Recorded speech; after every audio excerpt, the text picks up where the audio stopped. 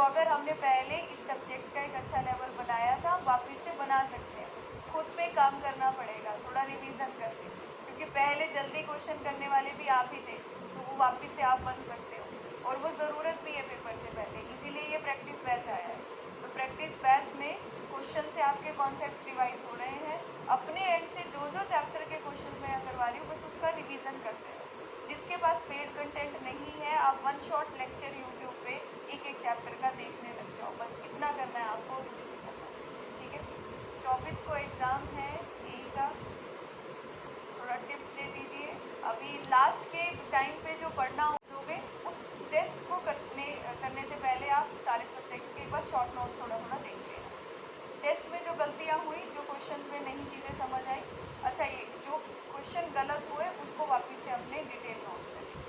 कम से कम एग्ज़ाम से पहले 3-4 टेस्ट दे लेना, पर ये नहीं कि 24 को पेपर है तो 23 को टेस्ट दे रहे हो। तो लास्ट के 3-4 दिन जो पेपर के पहले हैं उस दिन कुछ नया नहीं पढ़ना है। आपने जितना पढ़ा है, आपने जो नोट्स बनाए हैं, जो क्वेश्चन प्रैक्टिस की है, जो आपके एग्ज़ाम के PYQs हैं, बस वो देख लें। टेस्ट से एक चीज़ सीख के जा रही है, जाके चाहे बाकी लोग भी यहाँ पर अभी जो टेस्ट देंगे इन फ्यूचर में, टेस्ट से क्या सीख के जाना है, टेस्ट में मार्क्स क्यों नहीं बढ़ रहे हैं, रीज़न क्या है। अच्छा रीज़न ये है कि मैं ज़्यादा क्वेश्चन अटैम्प्ट ही नहीं कर पाता, क्योंकि मैंने क्वेश्चन पढ़ने की स्पीड स्लो है, मैं एक ही क्वेश्चन में 5 मिनट लगा देता हूँ। अगर आप ये कर रहे हो तो इसको अवॉइड करो, जिस क्वेश्चन में फंस रहे हो उसको स्किप करके अगले क्वेश्चन पर पढ़ो। अच्छा और क्या गलती हो सकती है कि हम क्वेश्चन में पढ़ते ही आधा है और उसकी वजह से नेगेटिव मार्किंग हो जाती है, फिर उसको अवॉइड करो।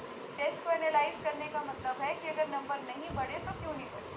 अच्छा अब ये क्वेश्चन आउट ऑफ सिलेबस था, क्योंकि ऐसा तो कभी सवाल आए नहीं पेपर में, छोड़ सकते हो, बस डाटा बेस्ड है तो याद रख सकते हो, उसको दिल पे नहीं लगाना।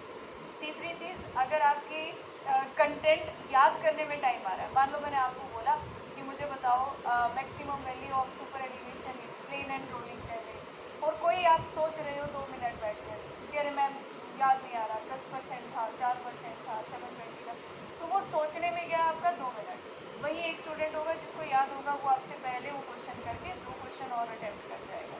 तो अगर इस चीज़ में आपकी कमी है, तो मतलब रिवीजन में कमी है, तो अगर यहाँ आपको लग रहा है कि इस वजह से मैं क्वेश्चन कम अटैम्प्ट कर रहा हूँ, तो रिवाइज़ करो, ऐसा रिवाइज़ करो कि क्वेश्चन देख के डाटा याद आए।